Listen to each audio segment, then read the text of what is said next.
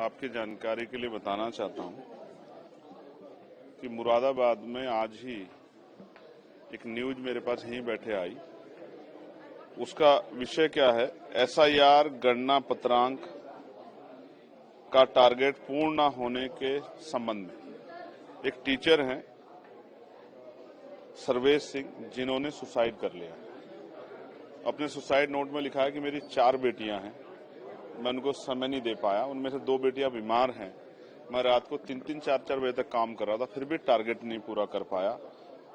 मैं जीना चाहता हूं। उन्होंने अपने सुसाइड, लेकिन मजबूरी में मेरा मानसिक स्वास्थ्य खराब हो गया है, मर रहा हूं क्योंकि मेरे ऊपर बहुत दबाव है। ऐसी प्रक्रिया किस काम की जो हमारे अध्यापकों की जान ले ले। मैंने लेटर लिखा इलेक्शन कमिश्नर को कि एसआईआर की सीमा बढ़ा दीजिए। अगर आप चाहते हैं कि अगर आपको लगता है बोगस वोट बने हुए, एसआईआर कराइए, लेकिन उसकी सीमा इतनी बढ़ाइए कि आसानी से वो कर पाए। जो जिन टीचर्स की ड्यूटी लगाई है वो स्कूल छोड़ के काम कर रहे हैं, बीएलओ जो है आंगनबाड़ी बहनें वो काम कर रही हैं। इस प्रक्रिया से जो नुकसान हो रहा है, जो अविश्वास की भावना बन रही है, लोकतंत्र में वोट सबसे बड़ा अधिकार है, ये आसानी से नहीं मिली। गोलमेज कॉन्फ्रेंस बाबा साहब अम्बेडकर के लिए लड़े, तब जाके वोटिंग राइट मिला है। तमाम नेता नहीं चाहते थे, वो तो ऑब्जेक्शन कर रहे थे कि हर व्यक्ति को नहीं मिलना चाहिए, ये तो बाबा साहब की देन है।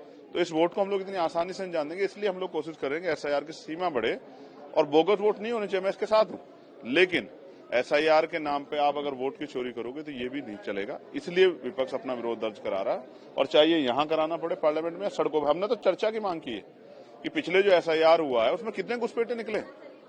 आप कह रहे थे घुसपैठे निकलेंगे, तो बिहार में कितने निकले? कुछ लिस्ट, कुछ दिखाइए तो, डेटा कुछ तो दीजिए ना। तो वहां तो सरकार फेल है।